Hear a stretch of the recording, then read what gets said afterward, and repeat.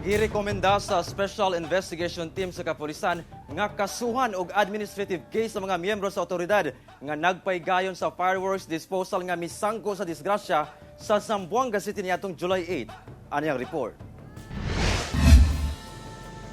Wala gituyo og aksidente lang. Kini ang resulta sa investigasyon sa Special Investigation Team human ang pagbusikad sa gidispose nga mga pabuto sa otoridad sa Zone 2 Barangay Kabatangan, Zamboanga City niadtong July 8 nga misangko sa pagkaangol sa 27 ka tawo kung sa 20 niini mga personal sa BFP, PNP ug Philippine Marines samtang 7 ang sibilyan.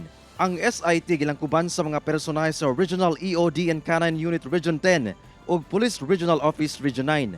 Apan, nasuta sa mong SIT nga dunay nalapas sa protocol ang disposal team. Kini mao ang PNP Memorandum Circular No. 2012-009 ug Standard Operating Procedure No. 06 nga may kalabutan sa handling and disposal of explosives.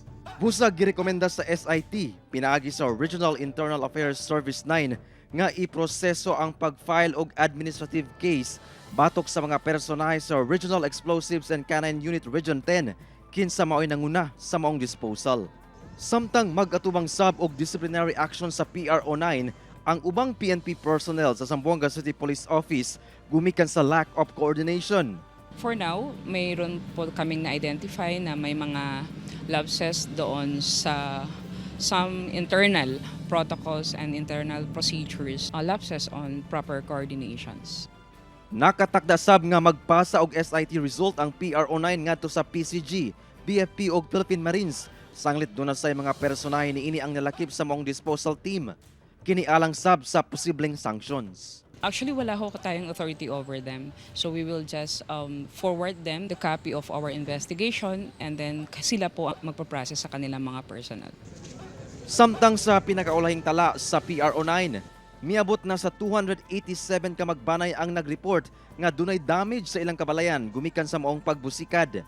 Ang residente nga si Maribel Hatico kansang balay na danyos sa Itabo, nahatagan na og paunang financial assistance sa LGU. Apan dili kuno kini paigo ilabi na kung dako ang nadanyos. Mas naa pa joy dako pad sa amo ang kuan damage.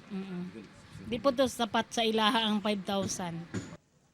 Giawhag sa PRO9 ang mga apektadong residente nga mudangob sa kapulisan aron maproseso ang ilang complaint ilabi na katong dako ang nadanyos sa ilang kabalayan ug negosyo. Kung gusto ho po natin makuha yung fair na bayad doon sa mga damages na nangyari, we advise our complainants to file a proper complaint with the Police Station 7 at Santa Maria for us to facilitate the filing of the case. Kauban si Sim Romero sa kamera. Ako si Efren Mamak para sa One Mindanao.